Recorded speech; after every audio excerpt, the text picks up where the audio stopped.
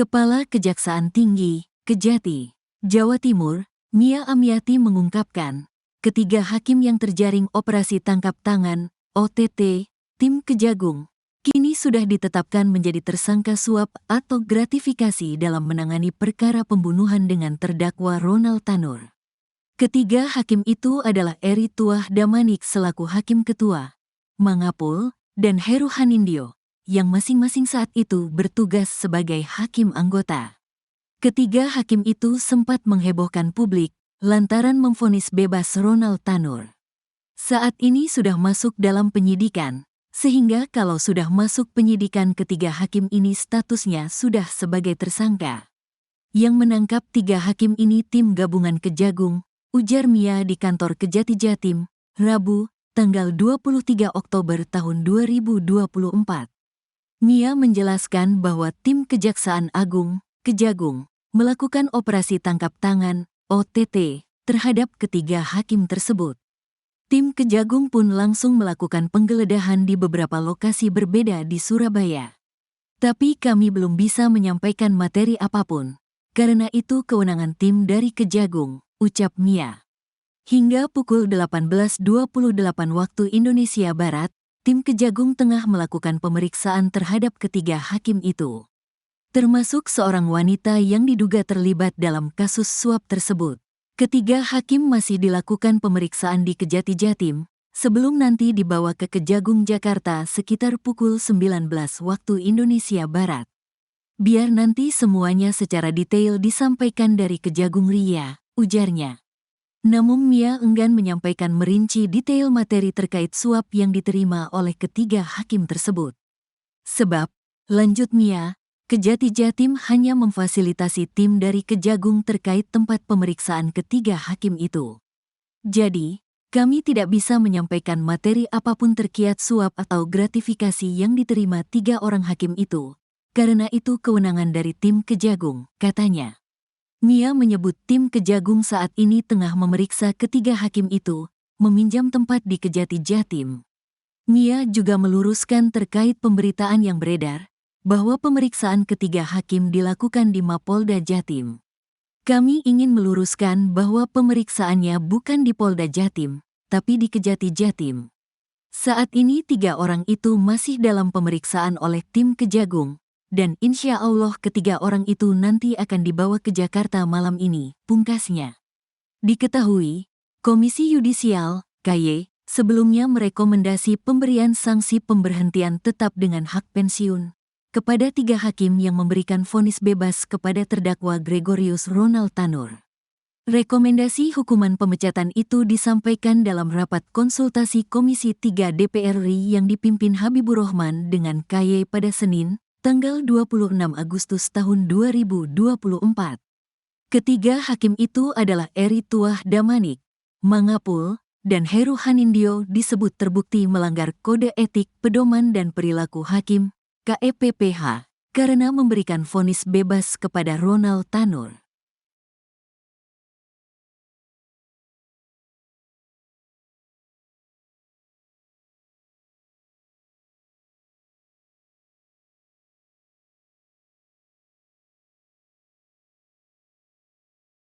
Gregorius Ronald Tanur, pria yang terlibat dalam kasus penganiayaan yang mengakibatkan kematian kekasihnya, Dini Sera Afriyanti, akhirnya dijatuhi vonis penjara. Sebelumnya, dalam putusan sebelumnya di PN Surabaya yang disebut-sebut kontroversial, Ronald Tanur dinyatakan bebas. Namun Mahkamah Agung, MA, menganulir keputusan bebas dan memutuskan untuk menjatuhi hukuman penjara selama 5 tahun kepada Ronald Tanur. Amar putusan, kabul kasasi penuntut umum, batal judeks fakti.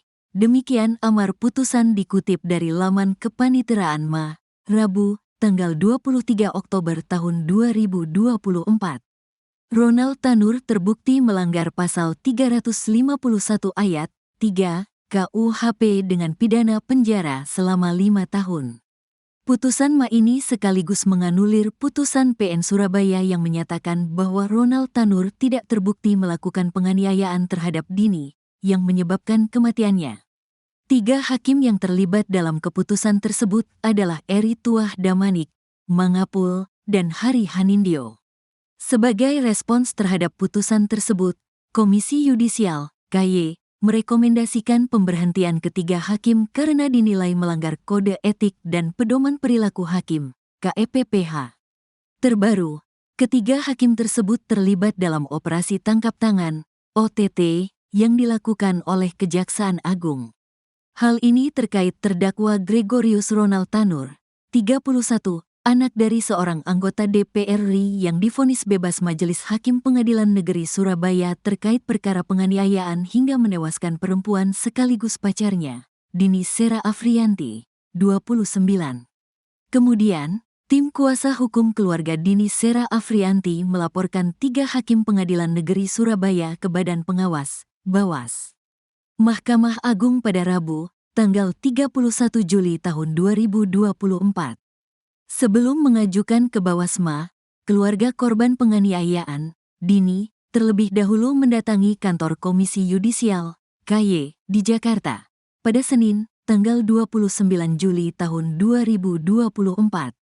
Sebagaimana diketahui, dalam sidang sebelumnya, Majelis Hakim di PN Surabaya membiaskan Gregorius Ronald Tanur yang dianggap tidak terbukti bersalah melakukan pembunuhan maupun penganiayaan yang menyebabkan tewasnya Dini. Ronald juga dianggap masih berupaya melakukan pertolongan terhadap korban di saat masa-masa kritis dibuktikan dengan upaya Ronald membawa korban ke rumah sakit untuk mendapatkan pertolongan.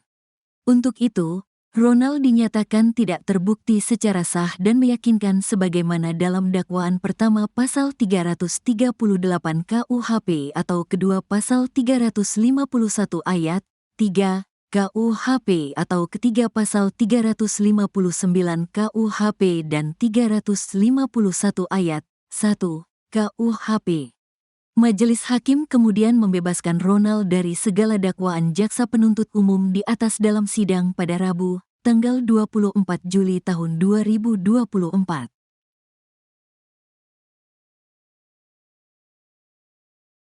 Setelah ditahan selama sepekan, guru honorer di Konawe Selatan, Sulawesi Tenggara akhirnya dibebaskan seusai permohonan penangguhan penahanannya dikabulkan Pengadilan Negeri Andoolo, Selasa, 22/10. Guru honorer bernama Supriyani ini ditahan gara-gara dituduh menganiaya murid kelas 1 SD di tempatnya mengajar. Diketahui siswa tersebut merupakan anak seorang polisi setempat. Kebebasan Supriyani ini pun disambut isak tangis oleh rekan-rekannya sesama guru. Mereka menyambut kebebasan Supriyani dari Lapas Perempuan Kendari pada Selasa siang. Supriyani dijemput oleh suaminya, pengurus PGRI dan juga lembaga bantuan hukum yang mendampinginya. Adapun Supriyani ditahan sejak tanggal 16 Oktober tahun 2024 setelah dilakukan pelimpahan tersangka dan barang bukti dari Polsek Baito, Konawe Selatan. Dalam keterangannya pada wartawan, Supriyani kembali menegaskan bahwa dirinya tak pernah melakukan penganiayaan pada korban. Sejak mengajar pada 2009 silam, Supriyani baru kali ini mendapatkan kasus seperti. Sementara itu, kuasa hukum Supriyani, Andri Darmawan mengatakan pihaknya telah mengajukan permohonan penangguhan sehari sebelum kliennya keluar. Adapun pertimbangannya adalah, Supriyani masih memiliki anak kecil dan masih memiliki tugas mengajar.